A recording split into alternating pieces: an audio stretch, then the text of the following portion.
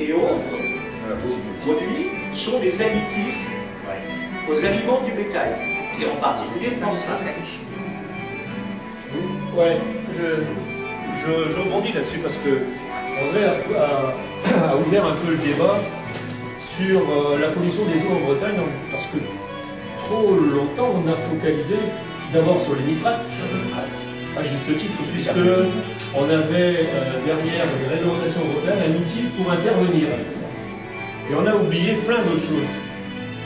Pour rester simplement dans le registre des nutriments en excès dans l'eau, il n'y a pas des nitrates, il y a aussi tout ce qui est lié au phosphore et qui est lié à la potasse, dont on ne sait absolument quoi dire en ce moment, alors qu'il y a des doses massives qui sont étendues sur les sols. On n'a jamais dans les réglementations pris en compte cela. La potasse, le phosphore par contre a été pris en compte, lui, commence à faire l'objet de timides ajustements réglementaires, alors que la profession agricole est totalement hostile à ce que l'on légifère et que l'on réglemente à ce propos.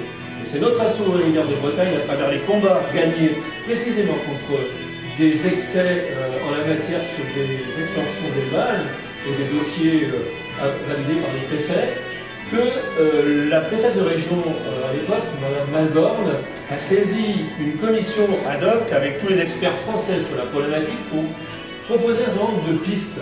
Ces pistes ont été validées par tout le monde, sauf par la profession agricole. Donc je vais vous dire qu'en ce qui concerne le phosphore actuellement, on est toujours dans les réglementations et dans les dossiers qui sont présentés dans les codex avec des excès qui sont répandus sur les sols.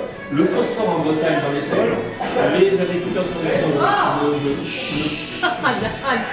le phosphore dans les sols en Bretagne est une véritable bombe à retardement qui n'est absolument pas gérée. Deuxième élément, simplement, je veux parler des nutriments, je veux parler aussi des différents additifs qu'il y a dans l'alimentation animale et que l'on retrouve bien évidemment dans les excréments, dans les lisiers, etc. Ces substances étant ensuite épandues, se retrouvant dans l'eau. Tu viens de parler de deux éléments capitaux qui sont le zinc et le cuivre, qui sont des facteurs de croissance et qui donc sont ajoutés à l'alimentation animale. Ce sont également quelque part dans les milieux ensuite, et c'est très important de le souligner, des facteurs de décroissance parce qu'ils ont un impact très sévère sur la biodiversité notamment, dans les retenues d'eau et en milieu aquatique en général, et aussi sur le littoral.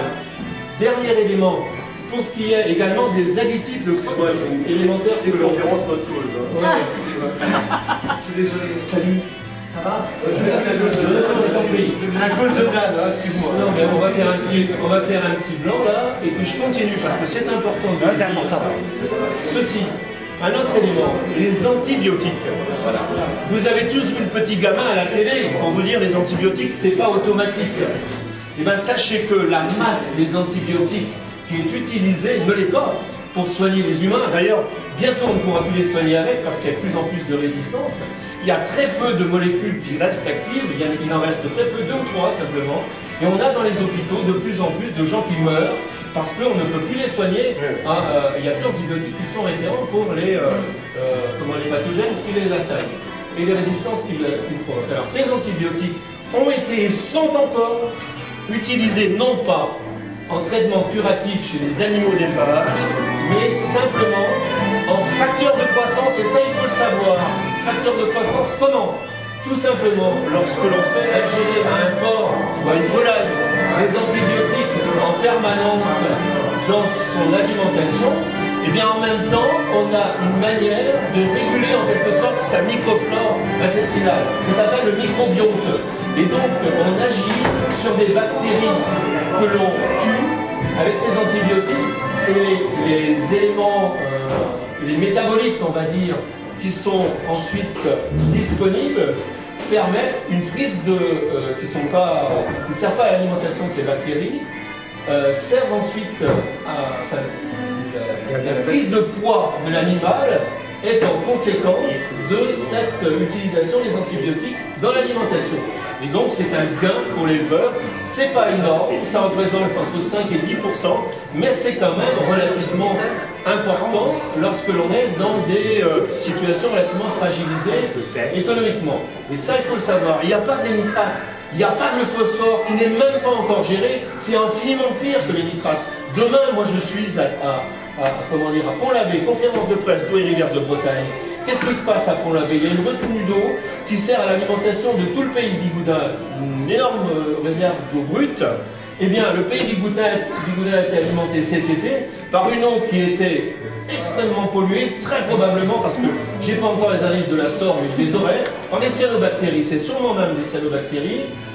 Tant qu'on n'a pas la confirmation des analyses, qu'on n'a pas, je ne peux pas l'affirmer, je reste sur mes gardes, mais je suis à peu près sûr que c'est ça. Et ce que l'on observe en termes